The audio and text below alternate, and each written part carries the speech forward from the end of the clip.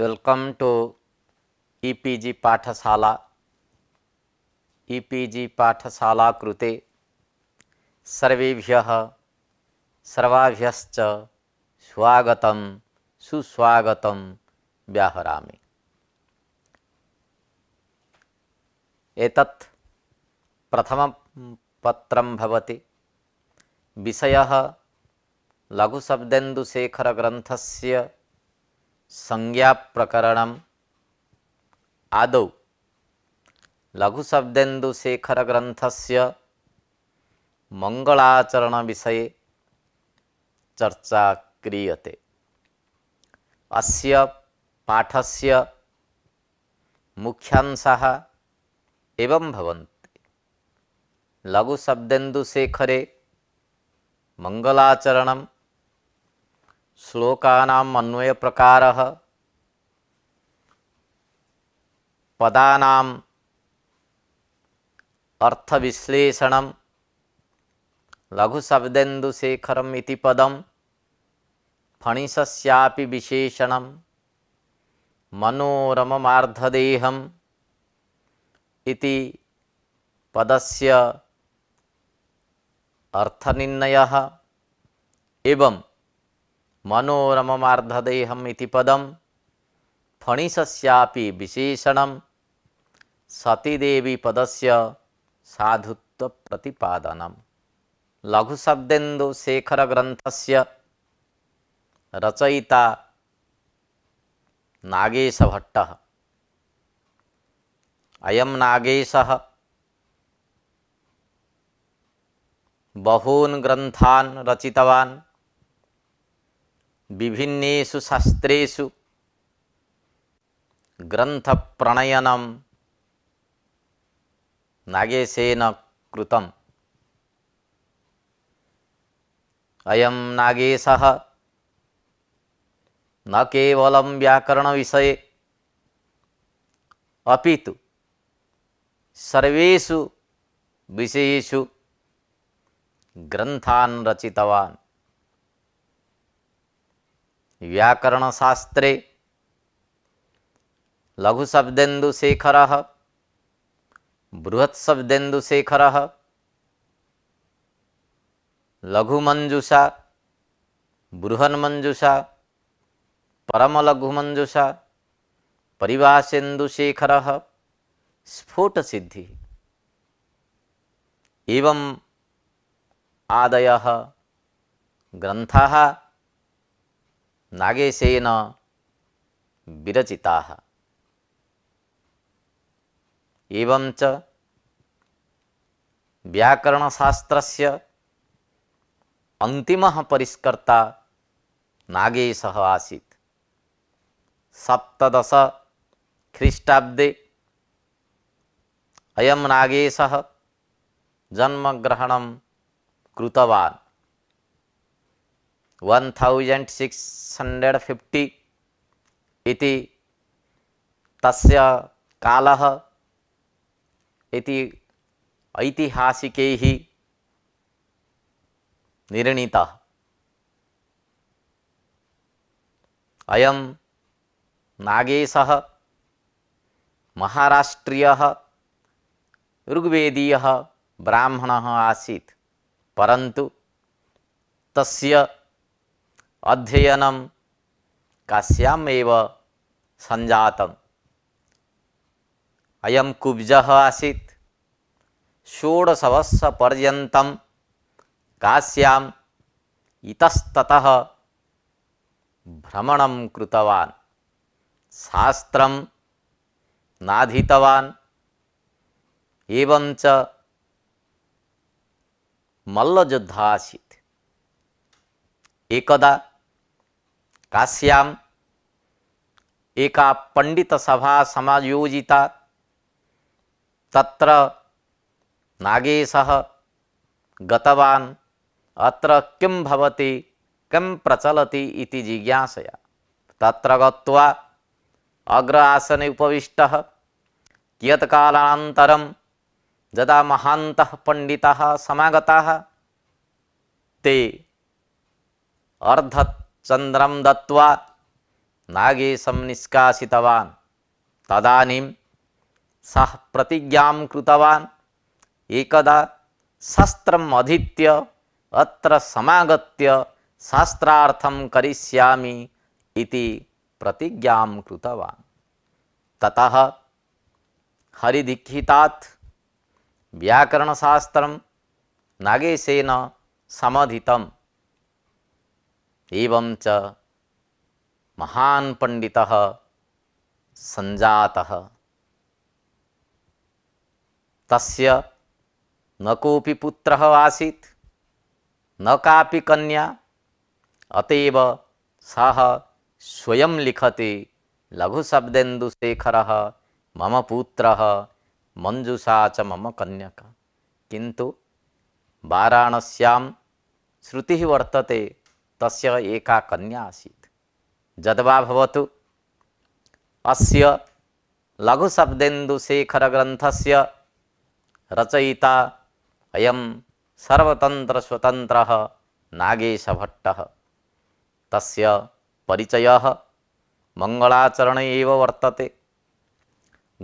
भवन्तः जानन्ति, ग्रन्थादौ, ग्रन्थमध्ये, ग्रन्थान्ते च मंगलं समाचरेत् इत्यादि स्मृतिविधिवाक्यं वर्तते। मंगलाचरणं भवति शिष्टपरम्परा। जज्जताचरति श्रेष्ठः तत्तत् देवोत्तरजनः इति न्यायेन स्वकीयग्रन्थनिर्माणसमये मंगलं समाचरितं ग्रन्थकारैः विघ्नविनाशाय, ग्रन्थसमाप्त्यर्थं, ग्रन्थप्रचाराय प्रसाराय च मंगलम् आचरणीयम्। सस्सु अपि बहुषु मंगलेषु कादम्बर्याः समाप्तिः नैव स्यात्। विनापि मंगलं ग्रन्थसमाप्तिः दृश्यते। वस्तुतः विघ्नध्वंसः एव मंगलस्य फलम्। समाप्तिस्तु प्रतिभाने नैर्मल्यादि नानाकारणसापेक्षा भवति। विघ्नबाहुल्यात् वा तत्र ग्रन्थस्य परिसमाप्तिः नैव जाता।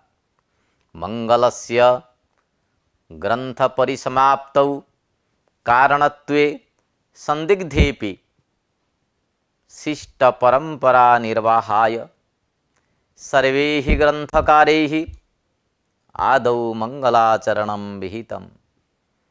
वैयाकरणैरपि यं परम्परा स्वीकृता अष्टाध्याय्यां पाणिनिना वृद्धिरादैचीति सूत्रे विधेयस्य वृद्धिशब्दस्य पूर्वपाठः मंगलवाचकः। सिद्धे शब्दार्थ संबंधे इति वार्तिके मंगलार्थं सिद्ध शब्दम आदितः प्रयुक्ते कात्यायनः। भाष्येपि अथ शब्दानुशासनम् इत्यत्र अथ शब्दः मंगलार्थक। महाभाष्ये आदौ प्रथमं वाक्यं भवति, प्रतिज्ञावाक्यं भवति, अथ शब्दानुशासनम्। अत्र आदौ अर्थशब्दः प्रयुक्तः। अयम् अथ शब्दः मंगलार्थक। मंगलादीनि शास्त्राणि प्रथन्ते इति ब्रुवन् मंगलस्य शास्त्रप्रथायाम् अपि हेतुत्वं स्वीकृतं पतञ्जलिना। मंगलवाचकानां शब्दानां विघ्न विघात ग्रंथ समाप्ति प्रति कारणता भर्तृहरिः अभिमता। बाधाध्वंसने अभ्युदय संपादने च शब्दानां सामर्थ्यम अंगीकृतं भर्तृहरिणा। यथा शब्दाः तथैव दृश्यन्ते विषयापहरणादिषु इति भर्तृहरिणा उक्तम्। मंगलम त्रिविधं भवति। एकम् आशीर्वादात्मकं, द्वितीयं नमस्कारात्मकं, तृतीयं वस्तु निर्देशात्मकं च। प्रथमम् आशीर्वादात्मकम्, आशीषः अभीष्टप्रार्थनम्, बाधः उच्यते अनेन इति बाधः, बाधः नाम वाक्यम्, अर्थात अभीष्टार्थ प्रार्थनबोधक वाक्य रूपं भवति आशीर्वादात्मकम्। द्वितीयं नमस्कारात्मकम्, नमस्कारः स्वापेक्षया उत्कर्षबोधनानुकूलः करशिरः संयोग विशेषादि रूपः, कराभ्यां पादस्पर्शादि रूपो वा व्यापारः, तद्बोधवाक्यात्मकं नमस्कारात्मकम्।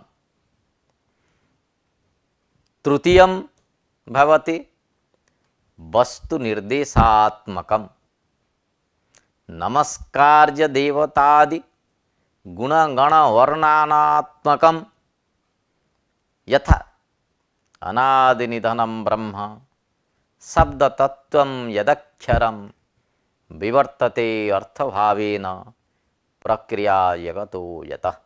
वाक्यपदीये इदं मंगलाचरणं भर्तृहरिणा प्रदर्शितं। शिष्टपरम्पराम् अनुसृत्य नागेशेनापि लघुशब्देन्दुशेखरग्रन्थे मंगलाचरणं निबद्धम्। लघुशब्देन्दुशेखरग्रन्थस्य आदौ मंगलाचरणं निबध्नाति नागेशः। पातञ्जले महाभाष्ये कृतभूरि परिश्रमः शिवभट्टसुतो धीमान् सतीदेव्यास्तु गर्भजः। याचकानां कल्पतरोः अरिकक्षहुतासनात् शृङ्गवेरपुराधीशात् रामतो लब्धजीविकः। नत्वा फणिशं नागेशः तनुते अर्थप्रकाशकं मनोरममार्धदेहं लघुशब्देन्दुशेखरम्। अत्र त्रयः श्लोकाः उपनिबद्धाः नागेशेन। तेषां त्रयाणां श्लोकानाम् अन्वयप्रकारः अधुना प्रदर्श्यते। अन्वयः एवं भवति। पातञ्जले महाभाष्ये कृतभूरि परिश्रमः शिवभट्टसुतः धीमान् सतीदेव्यास्तु गर्भजः। याचकानां कल्पतरोः अरिकक्षहुतासनात् शृङ्गवेरपुराधीशात् रामतो लब्धजीविकः नागेशः। फणिशं नत्वा मनोरममार्धदेहं लघुशब्देन्दुशेखरं तनुते। अत्र श्लोके क्रियापदं भवति तनुते। एवं च एतत् कर्तृवाच्ये वर्तते। यतेव कः तनुते इति प्रश्ने नागेशः तनुते उत्तरम् आयाति। नागेशः तनुते। किं तनुते इति प्रश्ने कर्मवाचकं पदं भवति लघुशब्देन्दुशेखरं। नागेशः लघुशब्देन्दुशेखरं तनुते। किं कृत्वा? फणिशं नत्वा। नागेशः फणिशं नत्वा लघुशब्देन्दुशेखरं तनुते इति वाक्यस्य अर्थः। तदनन्तरं जानि प्रथमन्तपदानि सन्ति तानि सर्वाणि पदानि नागेशस्य विशेषणानि सन्ति। कः नागेशः? कृतभूरि परिश्रमः नागेशः। कुत्र कृतभूरि परिश्रमः? पातञ्जले महाभाष्ये। कः नागेशः? शिवभट्टसुतः नागेशः। कः नागेशः धीमान् नागेशः, कः नागेशः गर्भजः, कस्याः सतीदेव्याः गर्भजः, कीदृशः नागेशः लब्धजीविकः नागेशः, कस्मात् लब्धजीविकः रामतः लब्धजीविकः, अतएव प्रथमान्तं यत् पदं तत् नागेशस्य विशेषणम्। एवं च यत् द्वितीयान्तं पदं तत्तु लघुशब्देन्दुशेखर ग्रन्थस्य विशेषणम्। किं भूतं लघुशब्देन्दुशेखरं मनोरममार्धदेहं, किं भूतं अर्थप्रकाशकं मन लघुशब्देन्दुशेखरम्। एवं च जानि पंचम्यन्तपदानि सन्ति तानि सर्वाणि रामतः इत्यस्य विशेषणानि। कस्मात् रामतः, शृंगवेरपुराधीशात्, अरिकक्ष हुतासनात्, याचकानां कल्पतरोः इति सर्वाणि पदानि रामतः विशेषणानि सन्ति। अत्र जानि प्रथमन्तानि पदानि सन्ति तानि सर्वाणि नागेशस्य विशेषणानि, जानि पंचम्यन्तानि पदानि दृश्यन्ते तानि सर्वाणि रामस्य विशेषणानि, द्वितीयान्तपदद्वयं लघुशब्देन्दुशेखरस्य विशेषणम्। एवं अत्र अन्वयः विधेयः।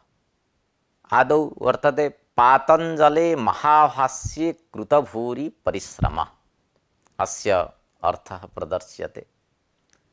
पतञ्जलिना निर्मितं पातञ्जलं, तस्मिन् पातञ्जले इति। सर्वेषु शास्त्रेषु आचार्यैः व्याख्यानं कृतं तत्सर्वं भाष्यम् इति कथ्यते।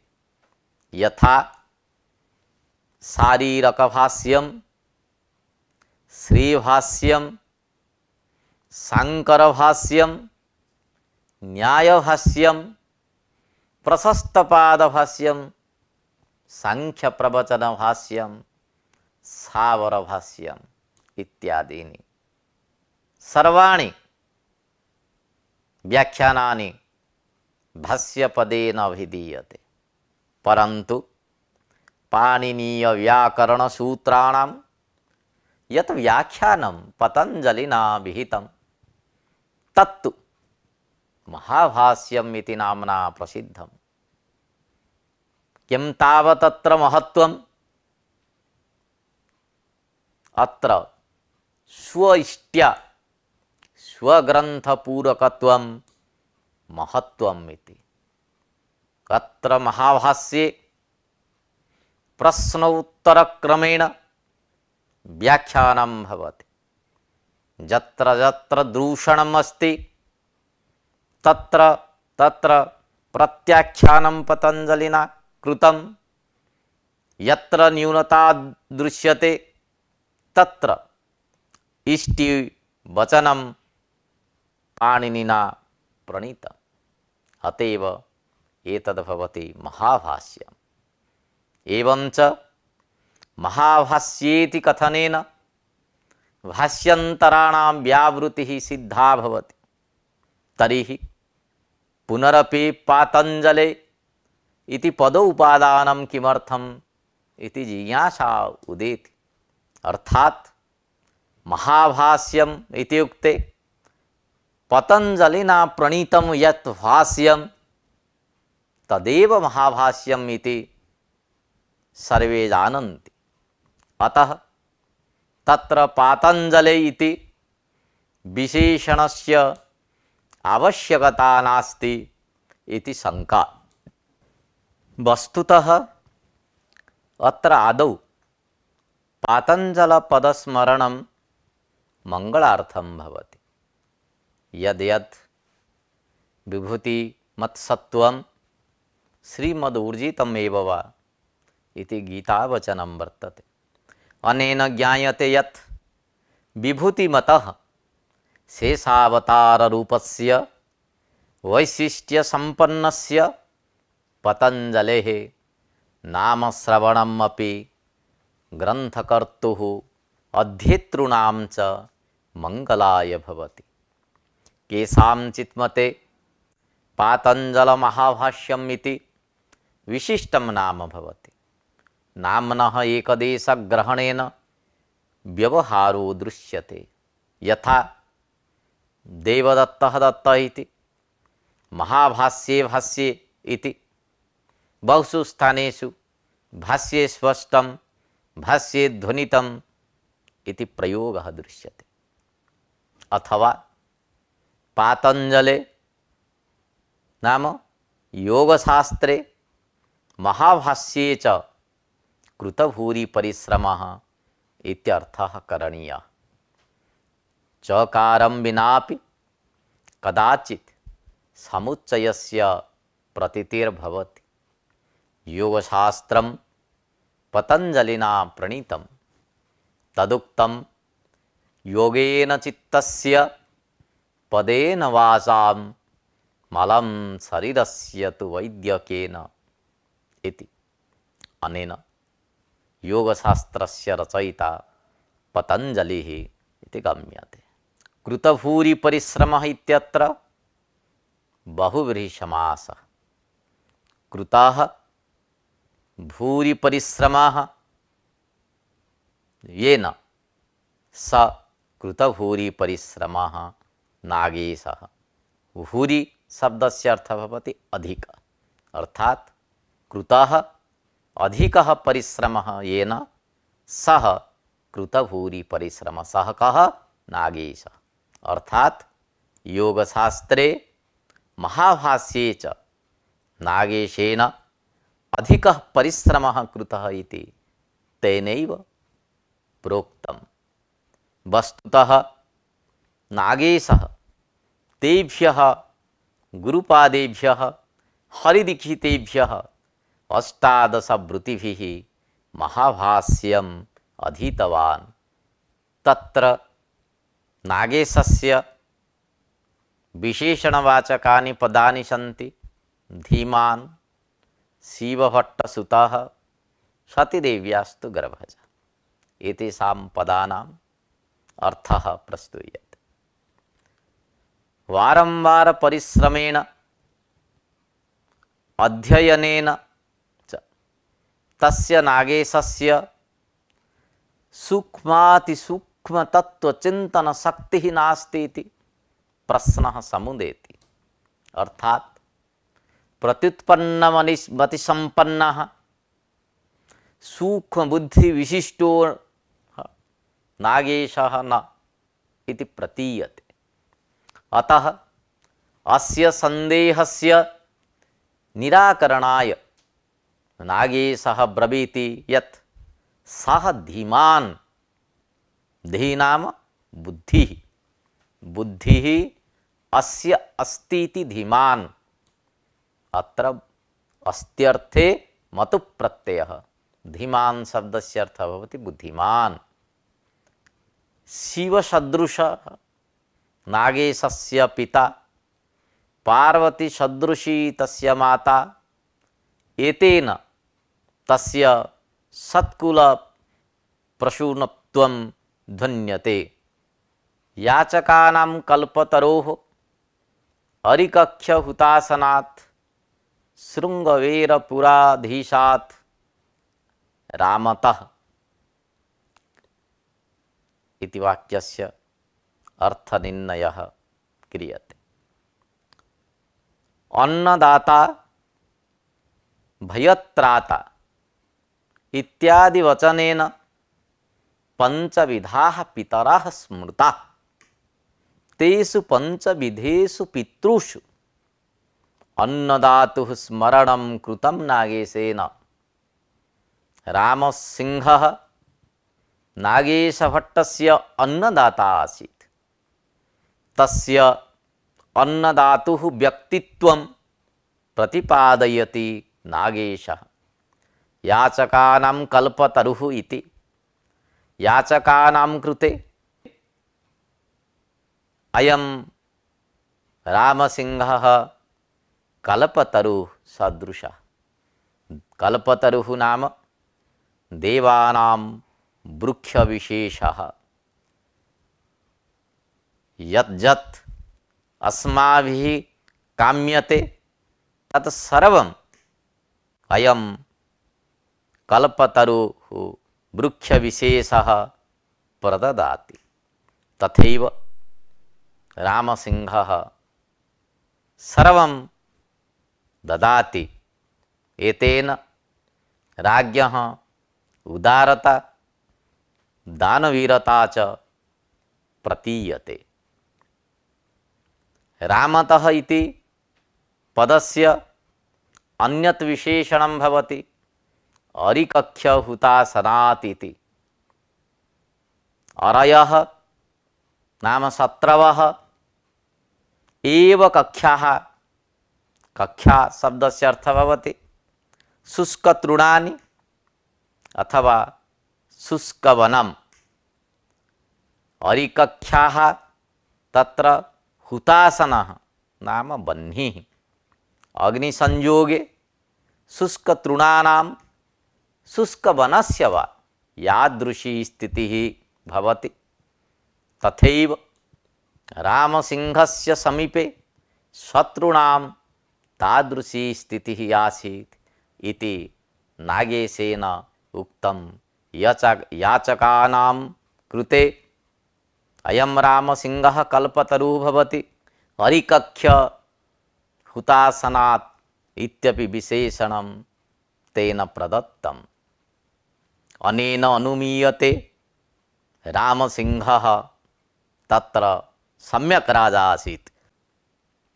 एतेन राज्ञः अपराजेयता ध्वन्यते तथा च मृत्युभङ्गस्य संभावना नास्ति इति सूचिता।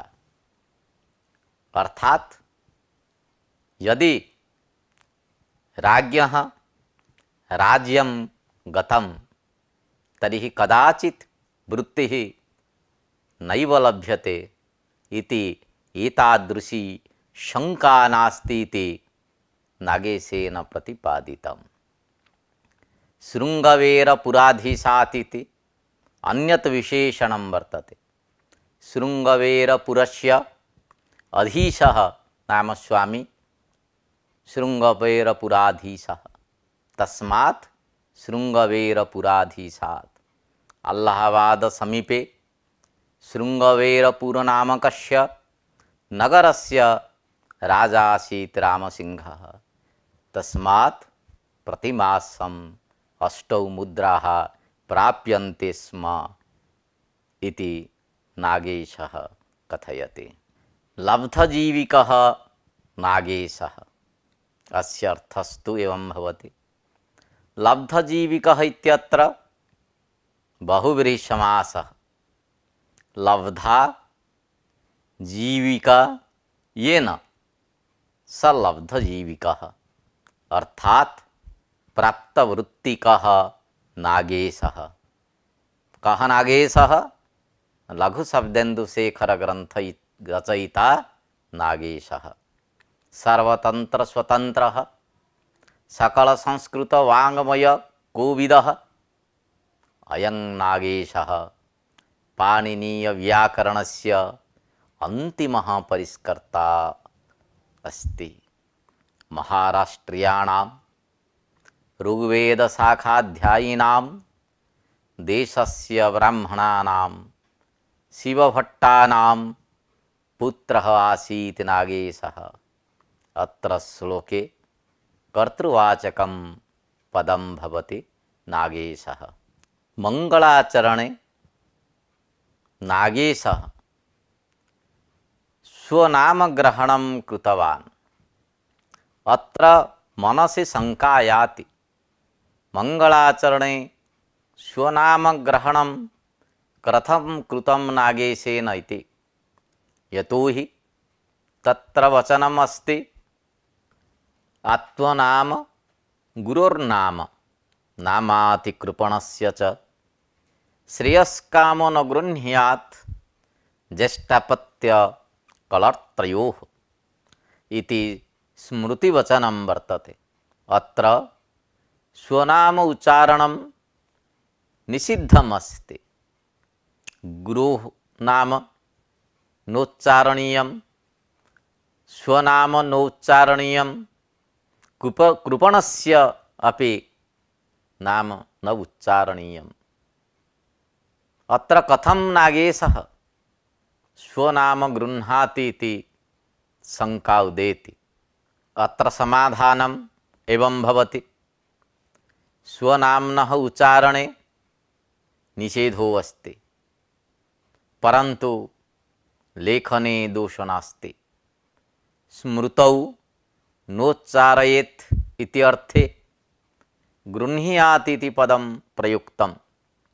ग्रहधातोः उच्चारणार्थकतया उच्चारणस्य परश्रवणगोचरस्य वैखरीनादस्य एव निषेधविषयत्वात् लेखने दोषः नास्ति। अथवा नागानाम् ईशः नागेशः इति व्युत्पत्त्या नागेश शब्दस्य अर्थः भवति पतञ्जलिरेव। स एव नागेशस्य हृदये स्थित्वा इमं ग्रन्थं लिखति। अत्र नागेशपदं न स्वनामबोधकं किन्तु पतञ्जलिवाचकम् इत्यपि समाधानं वर्तते। नत्वा फणिशम् इत्यस्य अर्थः निरूप्यते। नमस्कारात्मकं मंगलम् आचरितं नागेशेन। नत्वा नमस्कृत्य इत्यर्थः। स्वनिष्ठ अपकृष्टत्व प्रकारक बोधनानुकूल व्यापारो नमस्कारः। स्वपदेन नमस्कर्ता गृह्यते। स्वनिष्ठो यः अपकृष्टत्व प्रकारको बोधः तादृश बोधनानुकूलः ज्ञानजनकः व्यापारः करचरण संयोगादि रूपः येन नमस्कार्य अपेक्षया आत्मनः अपकर्षः अवगम्यते। स एव व्यापारः नमस्कार पदार्थः। फणीसम नाम फणीनाम ईशम, सर्पाणाम अधीशम फणीशम। पतंजलेः शेषनागत्वात् फणीश शब्दस्य अर्थः भवति पतंजलिः, अर्थात् पतंजलिं नमस्कृत्य इति अर्थः निष्पन्नः। मनोरममार्धदेहम् इति पदं लघुशब्देन्दुशेखरस्य विशेषणम्। मनोरममार्धदेहम् इति पदस्य तिस्रः व्युत्पत्तयः सन्ति। आदौ मनोरमा नाम सिद्धांत कौमुदी ग्रंथस्य टीका। सा एव उमा मनोरमा। उभयोः रमणीयत्वेन साम्यम् अस्ति। मनोरमोमा अर्धदेहः यस्य लघुशब्देन्दुशेखर ग्रंथस्य सः मनोरममार्धदेहः तं मनोरममार्धदेहम् इति। एतेन प्रौढ़ मनोरमायाम् उक्तार्थानां विषयाणां विस्तरेण अत्र विचारो विहितः इति सूच्यते। तत्र द्वितीया व्युत्पत्तिः भवति मनोरममायाः अर्धं द्यति नाम खण्डयति इति मनोरमो मार्धदा। अत्र दो अवखण्डने इति धातुः वर्तते। तत्र आत्वे कृते दा इति भवति।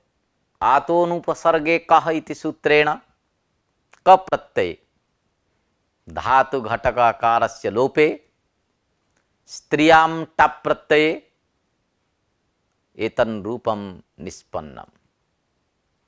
तादृशी इह नाम चेष्टा यस्य ग्रन्थस्य मनोरममार्धदेयः तं मनोरममार्धदेहम्। एतेन प्रौढ़मनोरमया अगतार्थता सूचिता। प्रश्नः आगच्छति, यदि सिद्धान्तकौमुदी ग्रन्थस्य व्याख्या भट्टोजीदीक्षितेन कृता, प्रौढ़मनोरमा नाम्नी व्याख्या तेन विहिता, तर्हि लघुशब्देन्दुशेखर ग्रन्थस्य का आवश्यकता इति प्रश्ने नागेशः एकमेव पदं प्रददाति, मनोरममार्धदेहम् इति। अनेन सूच्यते प्रौढ़मनोरमायां यः विषयः आलोचितः तस्य विस्तरेण मया विचारः करिष्यते। एवंच मनोरमायां यः त्रुटिपूर्णः सिद्धान्तः वर्तते तस्य खण्डनमपि मया करिष्यते। एतेन स्वग्रन्थस्य लघुशब्देन्दुशेखरस्य वैशिष्ट्यमस्ति, आवश्यकतापि अस्ति इति तेन सूच्यते। लघुशब्देन्दुशेखरम् इत्यस्य अर्थः एवं भवति। लघुशब्देन्दुशेखरः इति ग्रन्थविशेषः। लघवः शब्दाः एव इन्दुः नाम चन्द्रः इति लघुशब्देन्दुः। शब्दः इन्दुः इति अनयोः अर्थप्रकाशकत्वेन साधर्म्यम् अस्ति। अतः शब्दे चन्द्रत्वारोपः। सः लघुशब्देन्दुः शेखरः प्रधानं यस्मिन् स लघुशब्देन्दुशेखरः तं लघुशब्देन्दुशेखरम् इति। अत्र लघुशब्देन्दुशेखरम् इति यत् पदम् अस्ति तत् पदं फणिसस्यापि विशेषणं भवितुम् अर्हति। अत्र श्लोके फणिसम् इति द्वितीयान्तं पदं वर्तते, लघुशब्देन्दुशेखरम् इत्यपि द्वितीयान्तं पदम्। अतः लघुशब्देन्दुशेखरम् इति फणिसम् इति पदस्य विशेषणं भवितुम् अर्हति। अतः अत्र पक्षे लघुशब्देन्दुपदस्य अन्या व्युत्पत्तिः अपि वर्तते। तद्यथा शब्दः इव इन्दुः शब्देन्दुः अर्थात् एककलात्मकः चन्द्रः। सः शेखरे मस्तके यस्य सः लघुशब्देन्दुशेखरः। अथवा लघुशब्देन्दुः शिखरः नाम अलङ्काररूपः वा यस्य तं लघुशब्देन्दुशेखरं फणिसं शिवं नत्वा इति अर्थः। अत्र फणिसशब्देन शिवः गृह्यते। यदि लघुशब्देन्दुशेखरम् इति पदं फणिसस्य विशेषणं भवति तर्हि मनोरममार्धदेहम् इति पदम् अपि फणिसस्यापि विशेषणं स्यात्। यदि लघुशब्देन्दुशेखरपदस्य अर्थो भवति शिवः, फणिसशब्दस्यापि अर्थः भवति शिवः, तर्हि मनोरममार्धदेहस्यापि अर्थः शिवः इति प्रतिपादनीयः, अन्यथा असङ्गतिः स्यात्। अतः अस्य पदस्य व्युत्पत्तिः इत्थं करणीया। मनोरमा नाम रमणीया या उमा, उमा नाम पार्वती, सा एव अर्धदेहः अर्धशरीरः यस्य सः मनोरममार्थदेहः। नाम शिवः तं फणीशं शिवं नत्वा इत्यर्थः। यतोहि भगवतः शिवस्य अर्धनारीश्वरत्वात् अर्धशरीरभूता पार्वती इति पुराणात् अवगम्यते। अत्र ग्रन्थपक्षे एको अर्थः, शिवपक्षे द्वितीयो अर्थः तंत्रेण स्वीकार्य। सती देव्यास्तु गर्भजः इति श्लोके वर्तते। तर्हि सतीदेवी पदस्य कथं साधुत्वम् इति जिज्ञासा भवति। सतीदेवी इत्यत्र सतीपदस्य देवीपदेन साकं कर्मधारय समासे पुंबत कर्मधारय जातीय देशीयेषु इति सूत्रेण पुंबत भावः प्राप्नोति। अतः सतीदेव्याः इति प्रयोगः कथं कृतः नागेशेन। एवं च अत्र पुंबत भावः कथं न विहितः तेन इति शंका समायाति। वस्तुतः अत्र साधु कार्यकारित्व विशिष्ट तद व्यक्तित्वस्य प्रवृत्ति निमित्तं स्वीकृतम्। अतः अत्र अभासित पुंस्कत्वाभावात् पुंबत भावो न प्राप्नोति। अथवा सतीं पार्वतीं दिव्यतिः पातिव्रत्येन जेतुम् इच्छति इति व्युत्पत्तिः स्वीकरणीया। अत्र कर्मण्यन् इति सूत्रेण अण् प्रत्यये उपपदमतिं सूत्रेण उपपद समासे च सतीदेवी पदस्य साधुत्वं भवति। अत्र ज्ञापः संज्ञा छन्दसो बहुलम् इत्यनेन सतीपदे ह्रस्वः स्यातिति शंका न करणीया।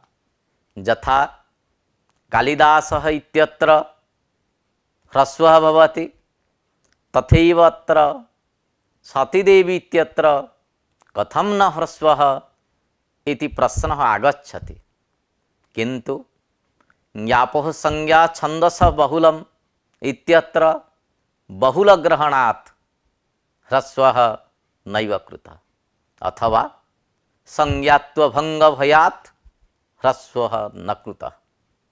एवं प्रकारेण मंगलाचरण श्लोकस्य व्याख्या विहिता।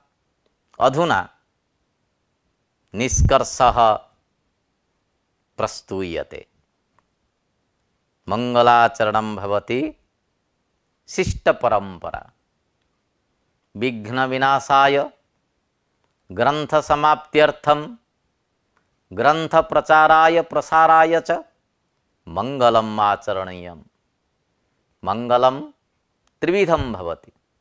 आशीर्वादात्मकं, नमस्कारात्मकं, वस्तु निर्देशात्मकं। लघु शब्देन्दुशेखरे मंगलाचरणत्वेन त्रयः श्लोकाः उपनिबद्धाः। कृतः भूरि परिश्रमः येन इति विग्रहे बहुव्रीहि समासः। नागेशस्य पिता शिवभट्टः, माता सतीदेवी, अन्नदाता रामसिंहः। लब्धजीविकः इत्यत्र बहुव्रीहि समासः। लब्धा जीविका येन सः। फणीश शब्दस्य अर्थद्वयमस्ति। पतंजलिः शिवश्च। फणानामीश फणिशः शेषनागत्वात् पतंजलिः। लघवः शब्दाः एव इन्दुः लघु शब्देन्दुः। सः शेखरः प्रधानं यस्मिन् इति लघु शब्देन्दुशेखरः। ग्रंथपक्षे अयम् अर्थः। शब्दः एव इन्दुः शब्देन्दुः लघुश्चासौ शब्देन्दुः लघुशब्देन्दुः सः शेखरे मस्तके यस्य च लघुशब्देन्दुशेखर। अयम् अर्थः शिवपक्षे संघटते। स्वनाम उच्चारणे दोषः लेखने न दोषः। नागानामिषः इति व्युत्पत्त्या नागेशपदं पतञ्जलिवाचकम् इत्यपि भवितुमर्हति। मनोरममार्धदेहम् इति लघुशब्देन्दुशेखरस्य विशेषणं। फणीसः इत्यस्यापि विशेषणम्।